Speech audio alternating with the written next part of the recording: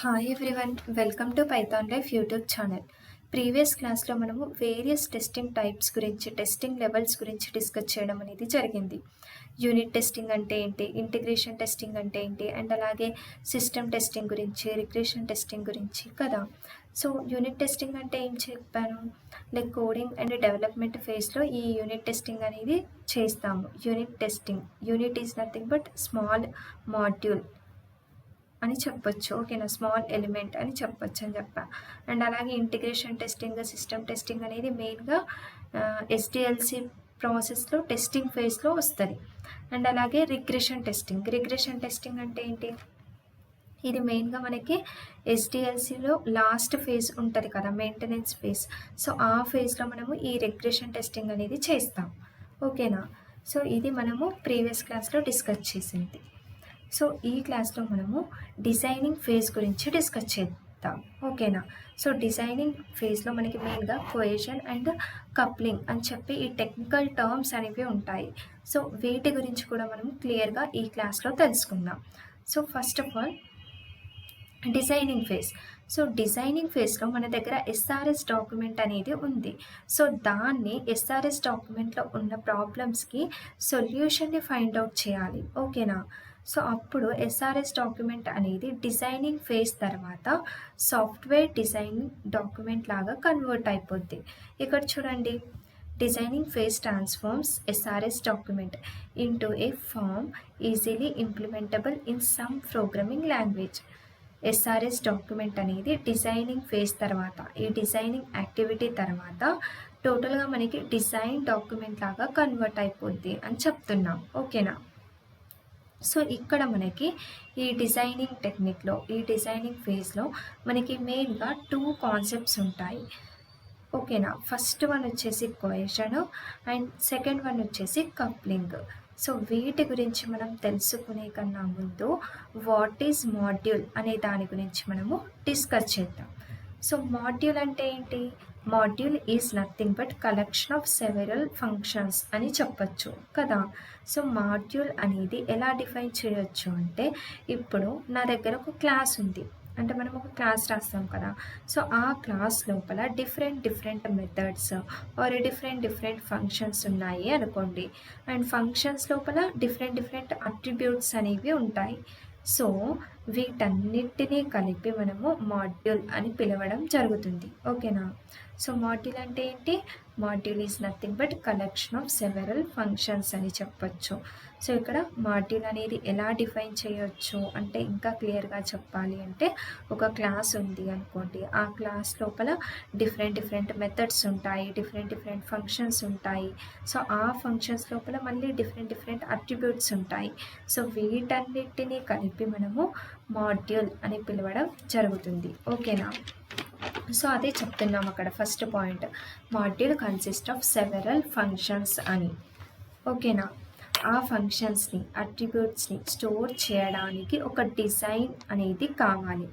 ఆ డిజైన్నే సింపుల్గా data structure అని పిలవచ్చు. అర్థమైందా, ఇక్కడ ఏంటి, కలెక్షన్ ఆఫ్ సెవెరల్ ఫంక్షన్స్ని మాడ్యూల్ అని అంటాము.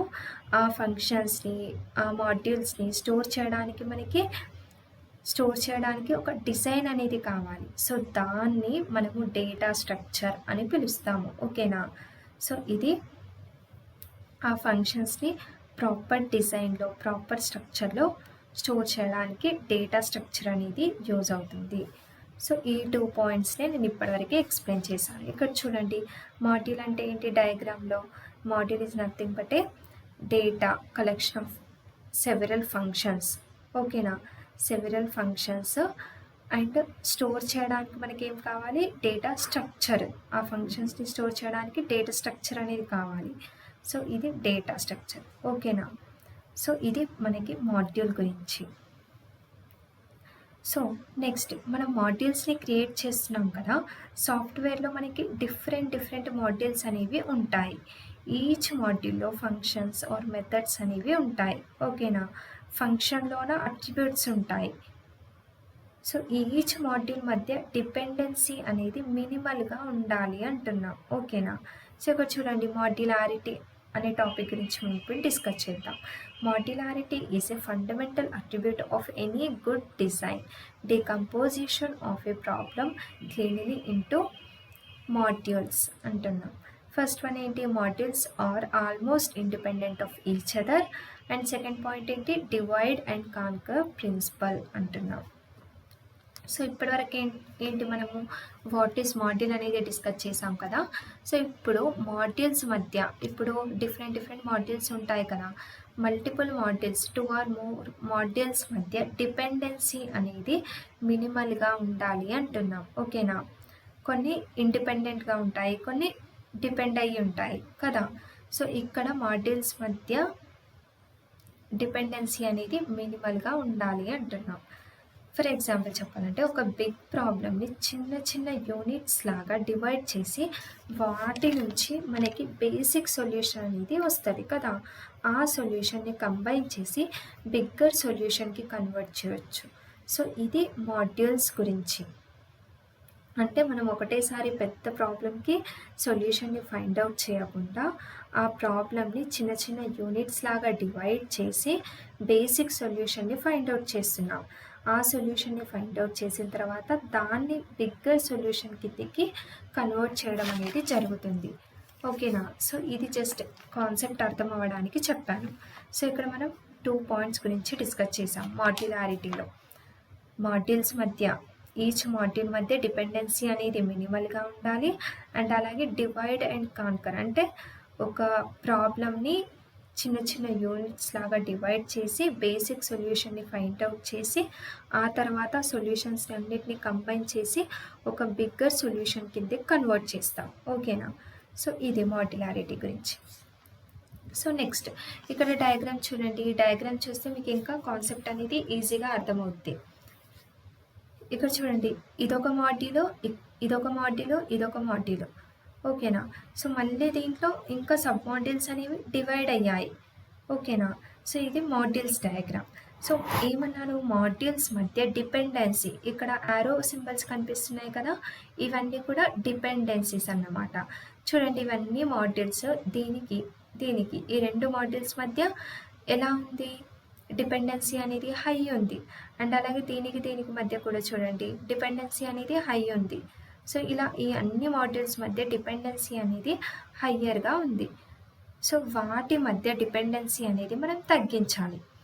సో ఎలా తగ్గించాలి, with the help of using design technique అనే కాన్సెప్ట్ని యూజ్ చేసి మనం మాడ్యూల్స్ మధ్య డిపెండెన్సీ అనేది తగ్గించవచ్చు. సో ఇక్కడ మనకి 2 టెక్నికల్ టర్మ్స్ అనేవి ఉంటాయి. సో వాటి గురించి మనం చూద్దాం. ఇక్కడ చూడండి, హై కొహెషన్, లో కప్లింగ్. ఓకేనా. సో ఇప్పుడు కొహెషన్ అంటే ఏంటి, కప్లింగ్ అంటే ఏంటి అని చెప్పి మనము డిస్కస్ చేద్దాం. చూడండి, క్లాసిఫికేషన్ ఆఫ్ కొహెసివ్నెస్.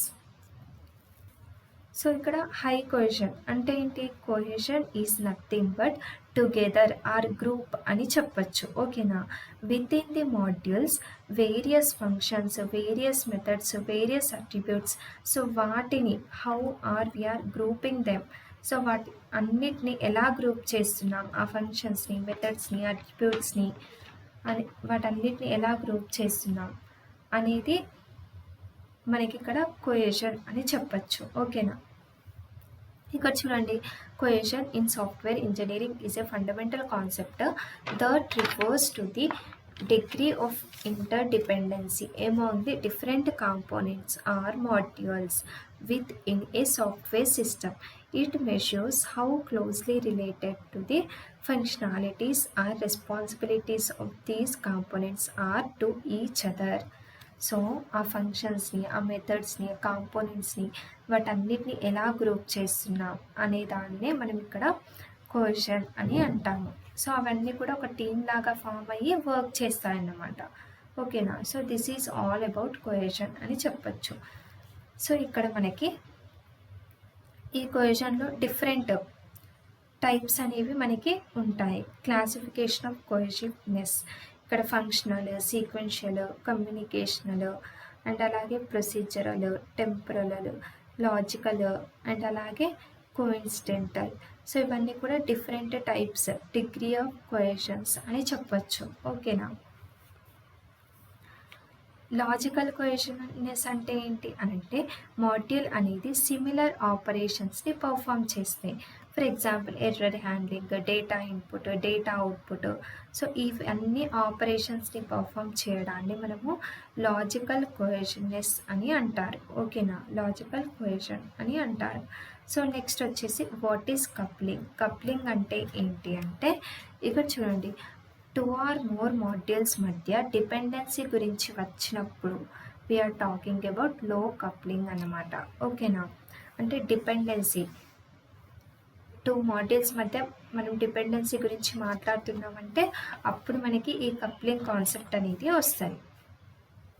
సో దీంట్లో కూడా మనకి డిఫరెంట్ డిగ్రీ ఆఫ్ కప్లింగ్స్ అనేవి ఉంటాయి. Data coupling, stamp coupling, control coupling, common coupling, అలాగే కంటెంట్ కప్లింగ్ అని చెప్పి.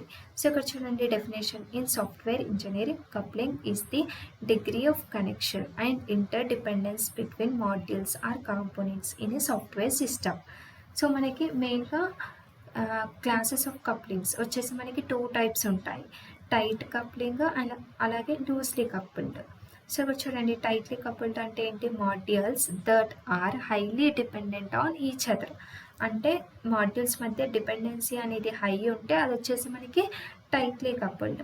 లూజ్లీ కపుల్డ్ అంటే ఏంటి, modules that can function independently with minimal reliance on other modules అంటున్నాం. అంటే ఇక్కడ డిపెండెన్సీ అనేది మినిమల్గా ఉంటే దాన్ని మనము లూజ్లీ కపుల్డ్ అని అంటాం.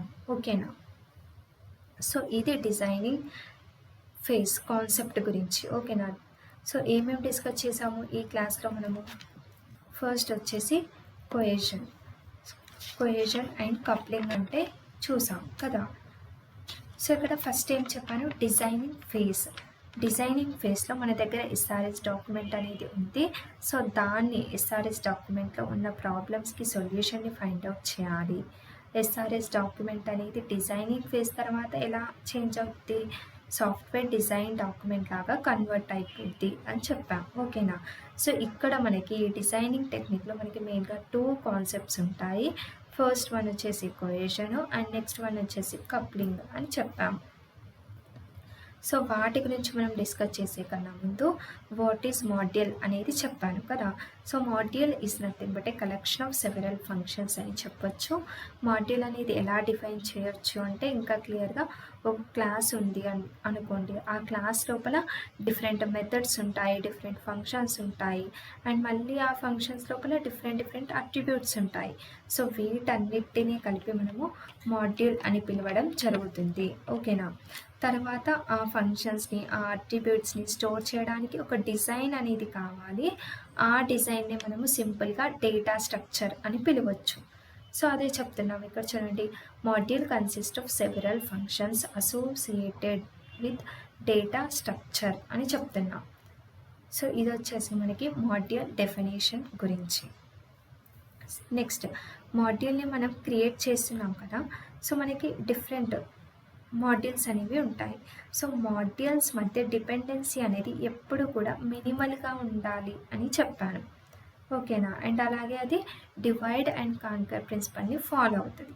ఎలా అంటే ఒక బిగ్ ప్రాబ్లమ్ని చిన్న యూనిట్స్ లాగా డివైడ్ చేసి వాటి నుంచి మనకి బేసిక్ సొల్యూషన్ అనేది వస్తుంది. ఓకేనా, ఆ సొల్యూషన్ని మళ్ళీ కంబైన్ చేసి బిగ్గర్ సొల్యూషన్ కిందకి మనము కన్వర్ట్ చేయొచ్చు. సో ఇది వచ్చేసి మనకి మాడ్యులారిటీ. ఓకేనా, సో నెక్స్ట్ ఇక్కడ డయాగ్రామ్ చూడండి. సో ఇవన్నీ వచ్చేసి మనకి మాడ్యూల్స్. ఇదొక మాడ్యూల్, దీనికి 2 సబ్ మాడ్యూల్స్ ఉన్నాయి. మళ్ళీ ఇదొక మాడ్యూల్, మళ్ళీ దీనికి 3 సబ్ మాడ్యూల్స్ ఉన్నాయి లోపల. ఓకేనా, సో మాడ్యూల్స్ మధ్య డిపెండెన్సీ అనేది ఎలా ఉందో చూడండి.